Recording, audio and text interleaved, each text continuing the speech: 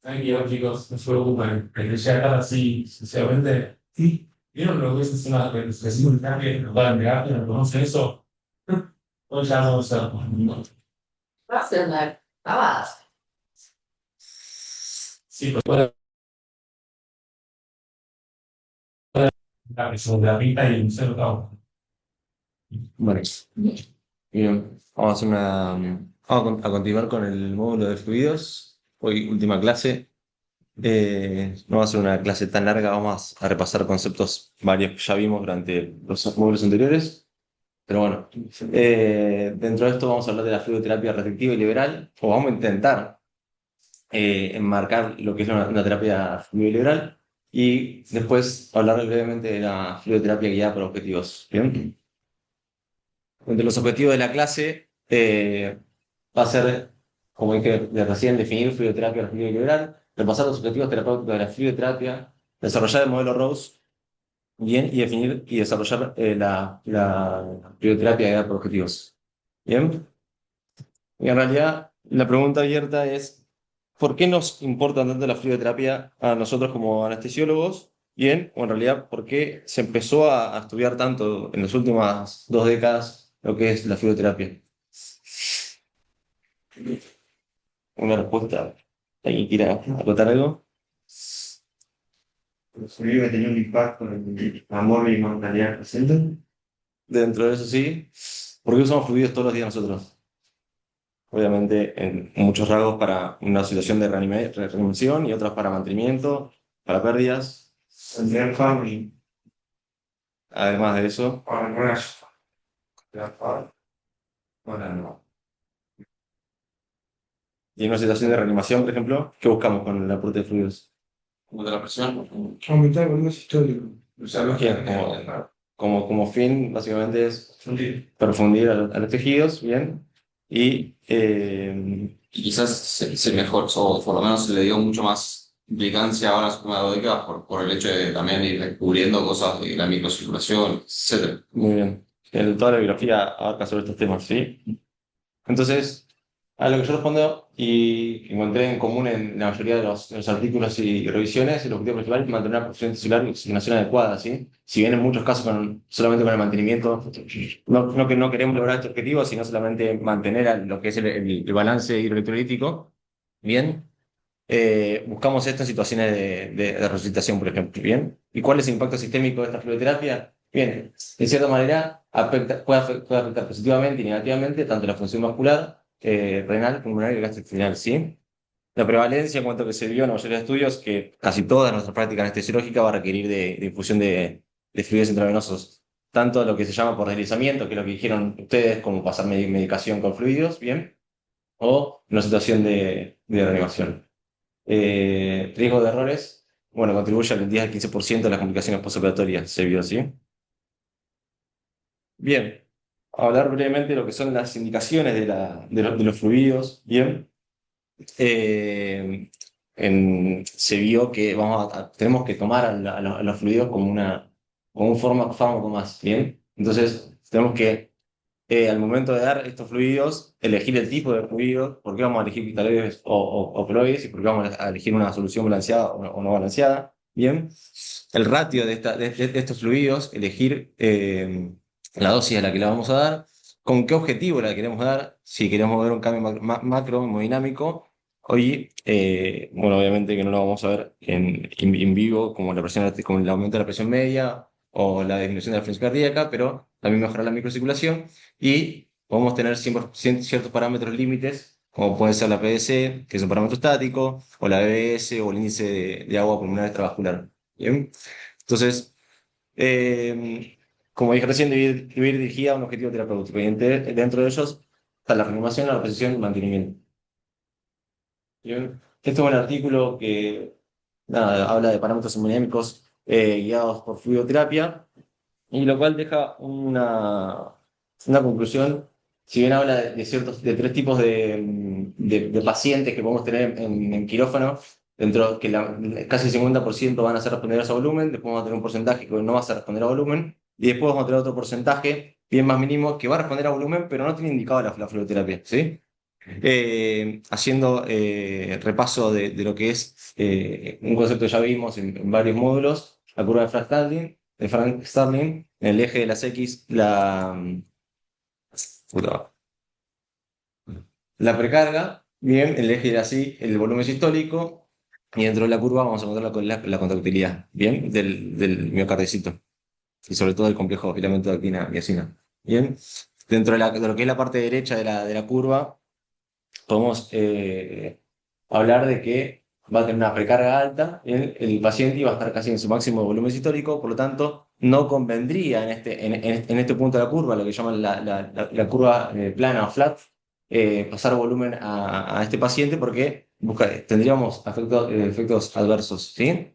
Y obviamente dentro de un parámetro guiado dentro de una fluoterapia guiada, podríamos encontrar como valores de la PPB baja, o la variabilidad de volumen histórico baja, o que no va a responder a un pasivo de Racing. Y por otro lado, si vamos a lo que es la pendiente de la curva, donde un cambio mínimo dentro de la precarga, vamos a tener un cambio abrupto de lo que es el volumen histórico. ¿Bien? Entonces, cambiando, una pregunta también abierta es, estamos cambiando de paradigma y lo que habla la mayoría de bibliografía es, sobre todo antes se planteaba un escenario muy, o sos restrictivo o sos liberal. Y dentro de eso sos restrictivo y liberal hay unos grises totales, ¿bien? Que hay como un deje de que capaz en esa bibliografía lo restrictivo para el uso diario es muy liberal, o el liberal también puede llegar a ser acotado, ¿bien? Pero a grandes rasgos, el concepto que nos va a llevar y que nos habla la bibliografía es que lo restrictivo apunta a un balance cero, ¿sí? Al uso temprano de los supresores y a buscar un menor riesgo de sobrecarga hídrica. Pero nos podemos llevar un temita de complicación que nosotros no veríamos sin quirófano, pero si siguiéramos a los pacientes, podríamos tener un mayor riesgo de falla renal, una lesión renal aguda, ¿sí? Y por otro lado, en cuanto a conceptos grandes, la fisioterapia liberal busca un balance más positivo, el uso de vasopresores para casos refractarios a esta infusión de volúmenes, ¿bien? Y llevaría una sobrecarga hídrica. ¿Qué es esa sobrecarga hídrica? Sobre todo se vio en casos de cirugías de pulmón, bien, neumonectomías, en el cual se abusaba de fluidoterapia y se veía unos outcomes peores en diferencia con patrones restrictivos, porque aumentaba sobre todo lo que era el índice de agua pulmonar extravascular y daño pulmonar, lo cual llegaba a consecuencias no favorables para los pacientes. ¿Sí? De acá podemos ver en esta curva, nos habla también de dos extremos. En el caso del patrón restrictivo, un estado de hipovolemia, el cual nos alteraría la perfección de los tejidos, nos llevaría a una posible falla renal, falla de la anastomosis, riesgo de ACV, isquemia esplácnica, y por otro lado, del otro lado de la curva, la hipervolemia nos llevaría a edema, a hipertensión intraabdominal, alteración de inmunización y una disociación de lo que es la homeostasis, ¿sí? El intercambio gaseoso. Bien, en esta revisión, ¿sí?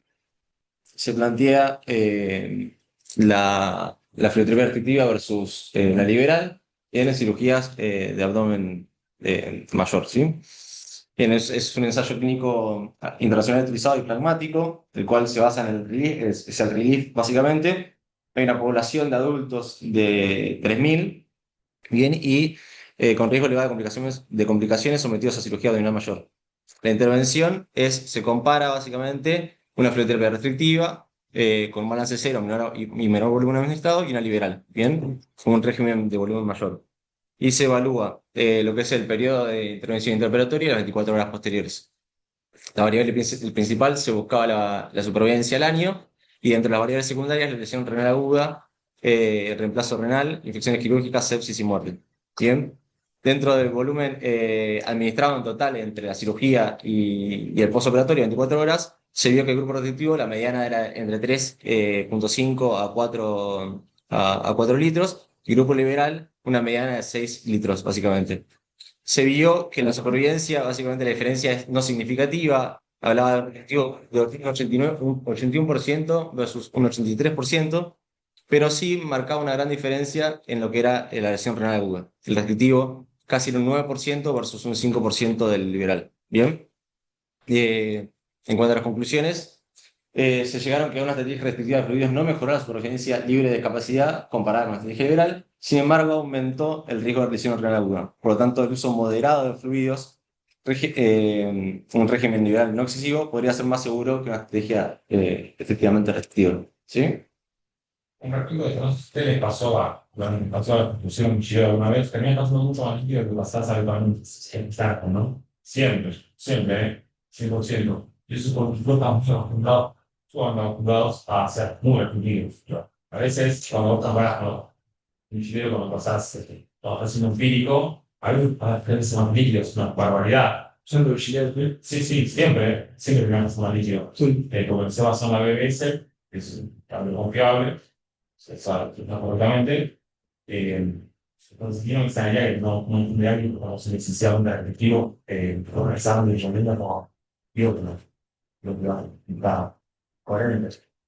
Patológico di cadavere, che si differenziatore liquido, e más della 486, no, quindi si lo respeto meglio del final.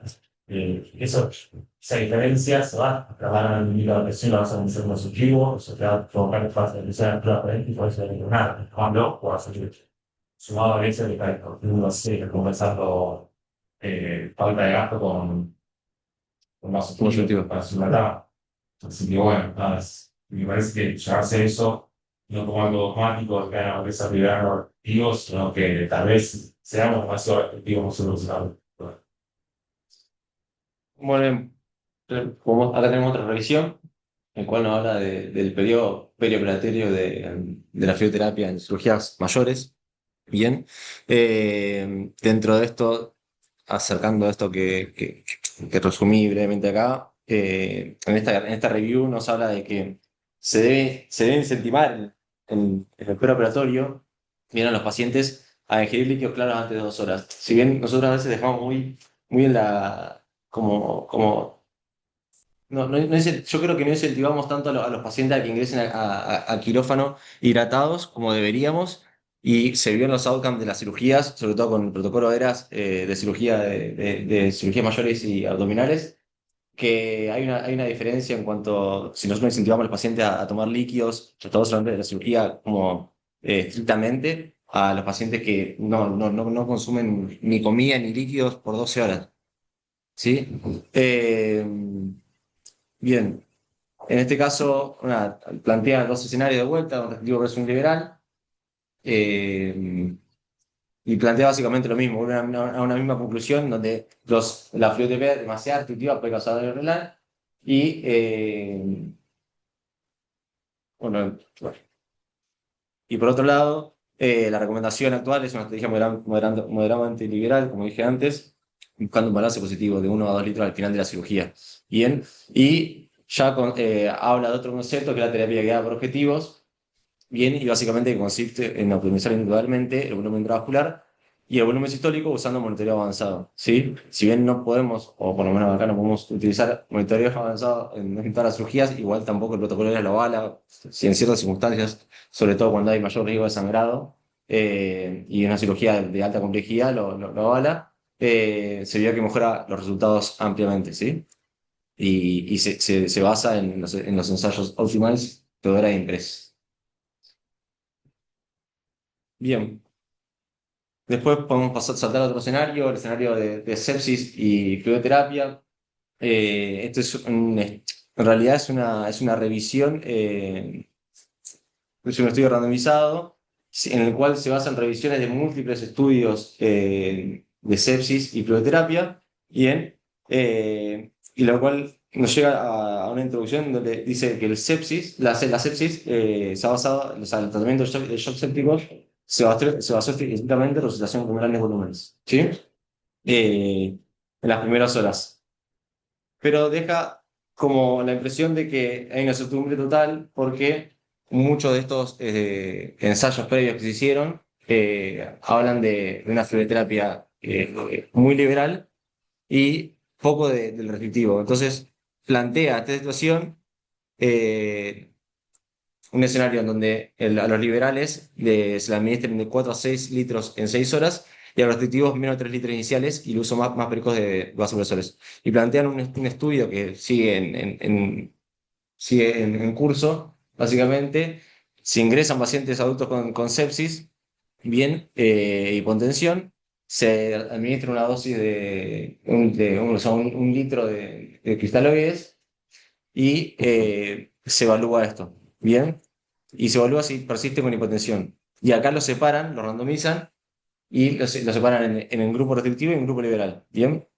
En el grupo liberal le aumentan la dosis de cristaloides a 2 litros de cristaloides y esperan a ver si no mejora con esto y recién ahí cuando ya notan que es refractario usan los supresores. Por otro lado, el grupo restrictivo solamente se frena en la administración de 1 litro de líquidos, bien, y empiezan tempranamente con vasopresores. Y recién administran cristaloides cuando, como un rescate, ¿sí? Sobre todo con bonos.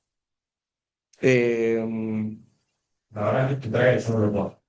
Había visto que no que por el stesso hanno senso se non operativo in India perché non contava, cioè, al piano del trattamento percettivo si andava a profesores, si andava a un con tratamiento, era el perfecto, y la general es mucho más activa que antes.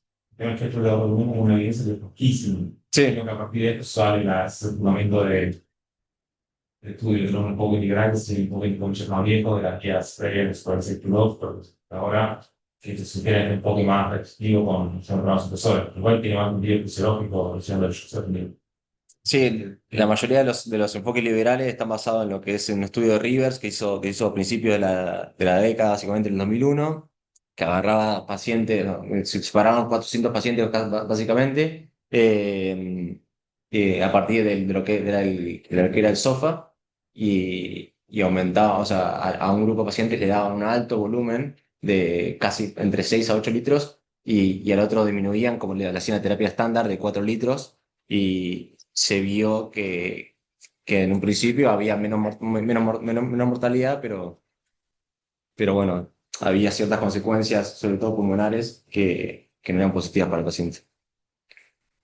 Este ensayo se llama Clovers y nada, busca llenar esta brecha sin estar en curso de esta evidencia para orientar el manejo del shock séptico. Nada, seguimos con otro artículo que nos habla también de la terapia liberal versus efectiva en pacientes críticos. Y nada, las conclusiones siguen siendo básicamente las mismas, pero nos dejan conceptos como que los fluidos no son inocuos y hay que saber usarlos con criterio. Siempre el para qué y con quién individualizar la terapia que hacemos, evitar fluidos innecesarios.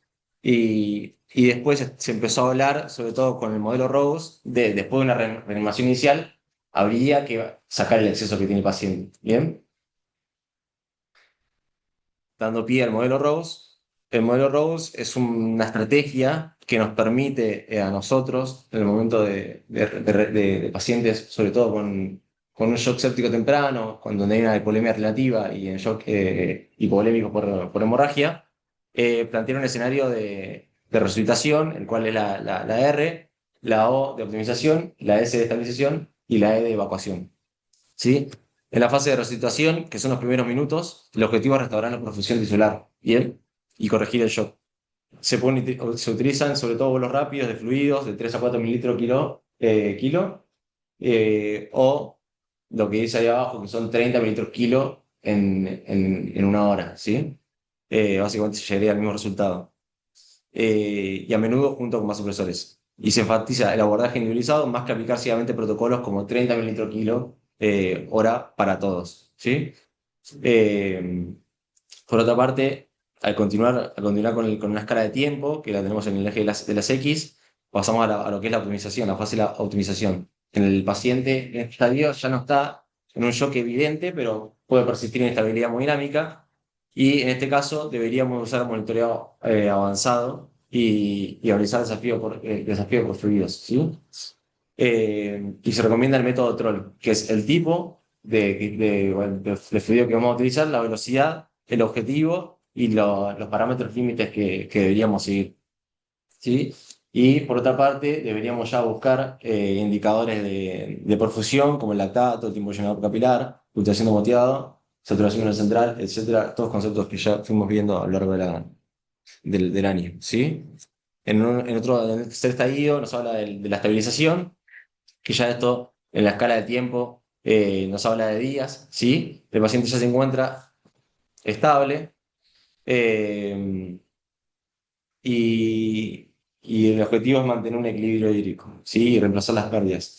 Se busca un balance de fluido cero, ligeramente negativo para evitar la sobrecarga. Y por último estadio es la E, que ya, nada, en el lapso de tiempo, lo que nombré anteriormente, se está empezando a buscar lo que es la evacuación, ¿sí? El descalamiento de la fluoterapia.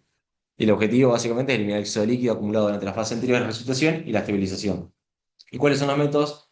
Si el paciente puede orinar espontáneamente, que orine espontáneamente, y en casos necesarios habría que recurrir a diuréticos o ultrafiltración. Bien. Se vio en la última review que los diuréticos podrían tener un beneficio sobre la microcirculación y así facilitando lo que es la oxigenación tisular, reduciendo la distancia de la difusión. También, famoso mejorar la hemostasis.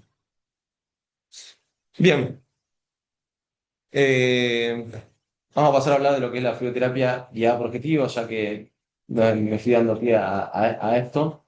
¿Y cuál es el objetivo máximo de usar ciertos parámetros? ¿Sí? Es maximizar el suministro de oxígeno a los tejidos mediante la oxigenación del gasto cardíaco a través de la reanimación con líquidos guiada por parámetros termodinámicos.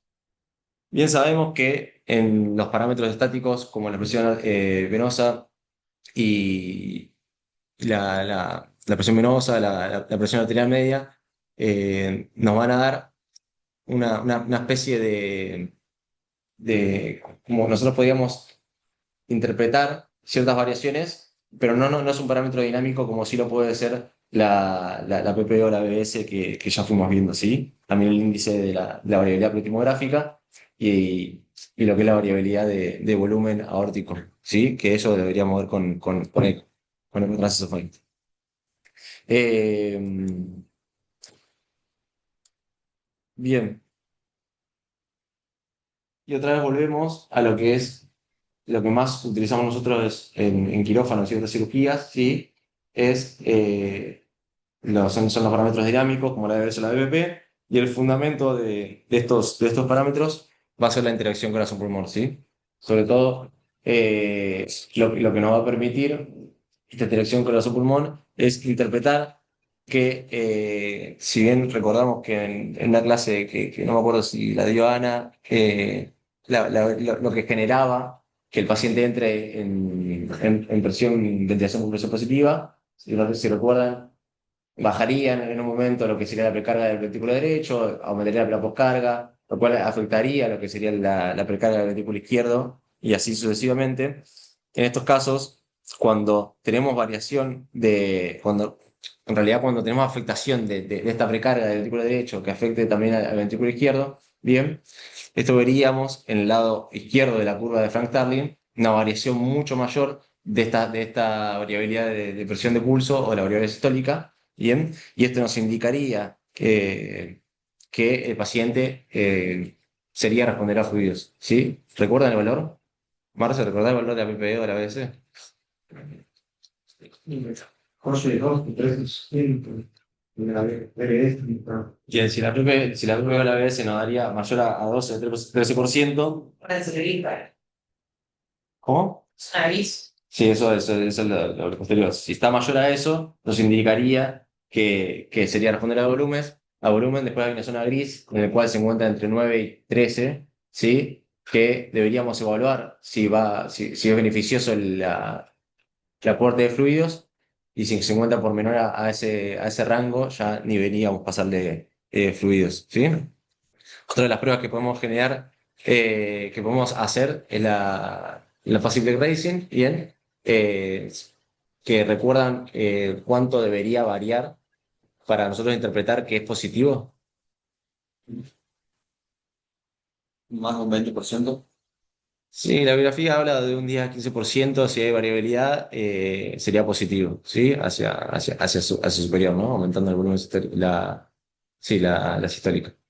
Y después, por otro lado, si nos encontramos en el lado derecho de la curva, eh, supongamos que el paciente no tiene variabilidad cuando nosotros lo ponemos en ventilación mecánica, por lo tanto la PP y la BS no se mueven, ¿sí? Se encuentran dentro de rangos normales, nos indicaría, o sea, nos predice, nos podría predecir que no va a requerir volúmenes, ¿sí?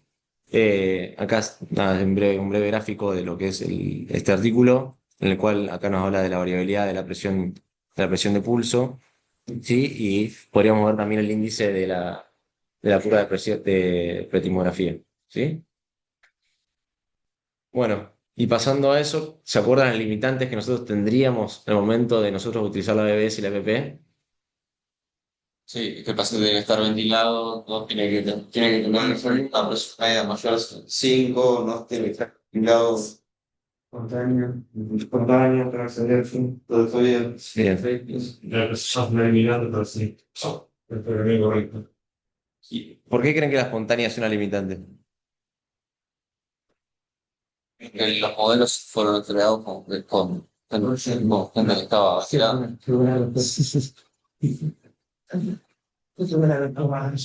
Porque lo hicieron así.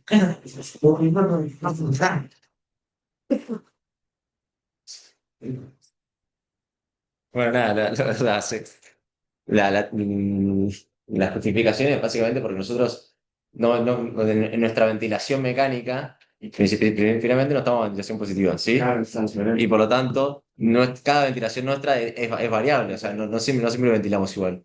Entonces, se vio que a ventilación mecánica no hay esa variabilidad en la ventilación, entonces se vería que es ¿eh? Sí, se van